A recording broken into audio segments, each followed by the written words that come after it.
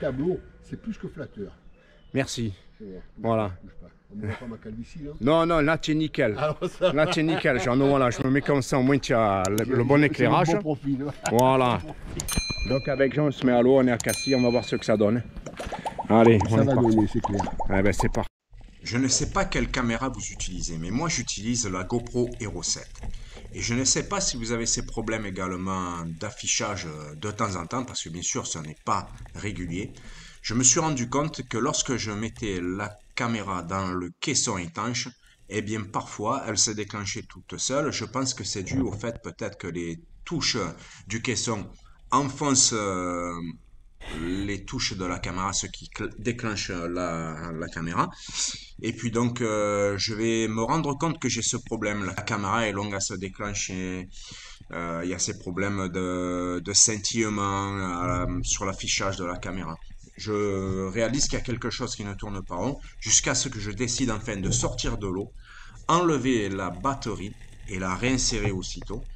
Et je pense que lorsque on bouge un peu trop la caméra, je pense que la batterie doit bouger légèrement de quelques dixièmes de millimètre. Je trouve que ça fout tout en l'air. Je verrai bien si vous me répondez à cette question, car si vous aussi vous avez eu ce genre de problème, je serais vraiment curieux de savoir comment vous l'avez résolu.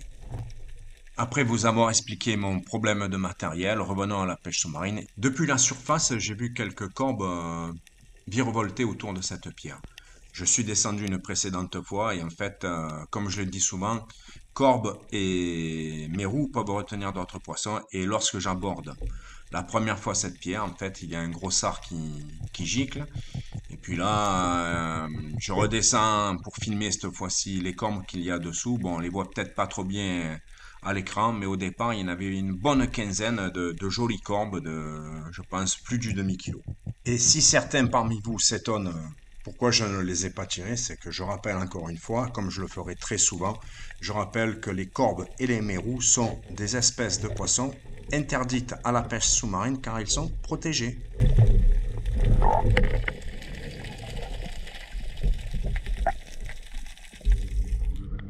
ne sais pas si on les aura vus. Là.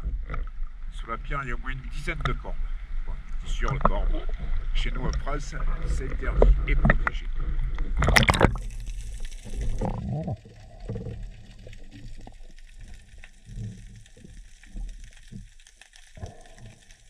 Bien m'a pris de lancer ma caméra en rejoignant Jeannot, car il va effectuer devant nous le tir d'un poisson de roche.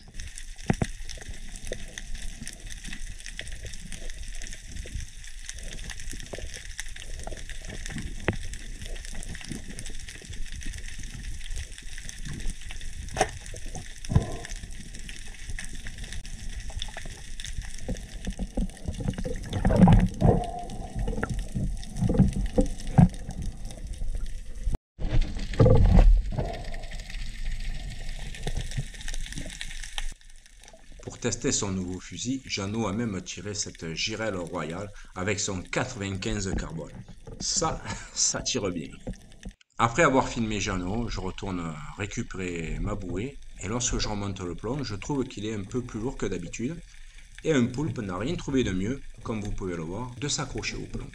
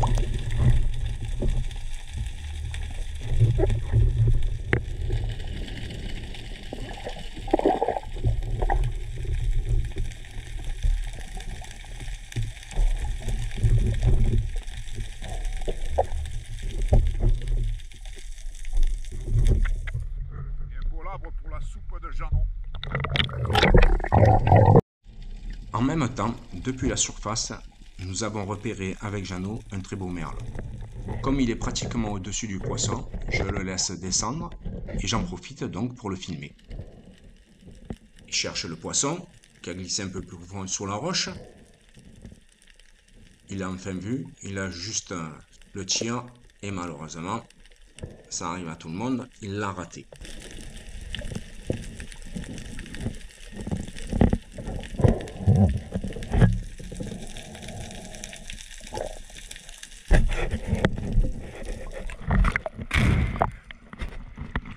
Eh oui, je l'avais vu, j'allais y descendre dessus. Dommage. Sur cette pierre sur laquelle je vais descendre, je me suis préparé assez longuement en surface pour avoir une apnée à peu près correcte. Et j'ai déjà pris sous cette pierre, là, dans une rague assez étroite, j'ai déjà pris des sards, quelques jolis sards. Bon, j'arrive à en piquer un de temps en temps. Mais bon, elle n'est pas toujours habitée, entre guillemets. Et puis là, donc, de suite, j'essaye de deviner le poisson en contre-jour avec la partie éclairée donc, de l'autre côté de la pierre. Et en fait, il y a deux sards. Là, on ne les voit vraiment pas à l'écran, mais il y en a un qui est un peu plus joli que l'autre. Je vais essayer de le capturer. Il est vraiment dans le sens de la flèche. Et puis, je vais quand même tenter un tir. Malheureusement, la flèche va vraiment se planter dans la roche. Donc, comme je n'arrive pas à sortir la flèche dans la foulée, j'arrête la batterie. Et puis, je ne l'ai pas relancé au moment où je décroche la flèche, mais voilà. Donc, je vous montre le poisson que j'ai réussi à capturer lors de la première descente. Et j'ai eu beaucoup de réussite dans mon tir, car le poisson, je l'ai pris dans son épaisseur.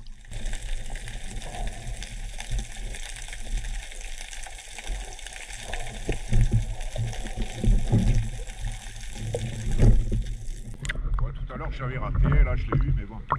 Ça a été un peu compliqué parce que la flèche étant enraguée, j'avais demandé à Jeannot de rester au-dessus de moi. Voilà. Bon, à la seconde descente, j'ai pu décrocher la flèche et récupérer le poisson. Qui était vraiment dans une position pas très facile à tirer, mais je suis content de l'avoir eu. Ce jour-là, au cours de cette sortie, avec Jeannot, nous aurons croisé quand même quelques jolis poissons. Et malheureusement, il y a eu quand même pas mal de ratés.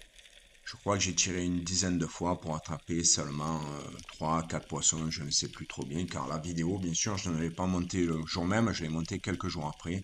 Et donc voilà, là, l'exemple même de ce que je vous disais juste précédemment. Le sard est quand même bien positionné pour un tir, malheureusement. Une fois de plus, ce sera un tir raté.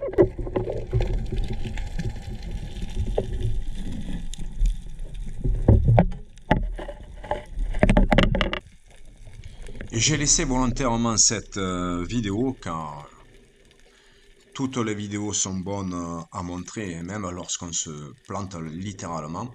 Voilà, là lorsque j'aborde la pierre, je sais que parfois il y a du poisson là-dessous. Eh bien non, là je sais pas pourquoi, je l'aborde franchement de face.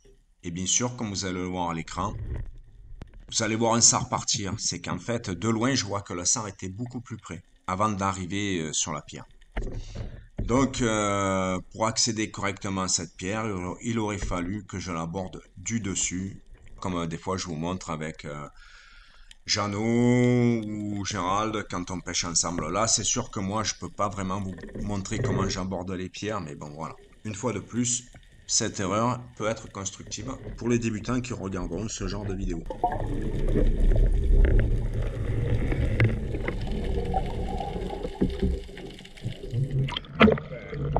Je pense que ça, on l'aura vu sur la vidéo, hein. Malheureusement, voilà. C'est quand on aborde une pierre, ben, le poisson ne le capture pas. Hein. L'exemple en image de ce que je viens de dire précédemment. Jeannot a réussi à enraguer une dorade sous ces pierres. Et là, comme vous voyez, il met la tête en premier pour inspecter la roche dans laquelle la dorade s'est réfugiée. C'est comme ça qu'il faut faire.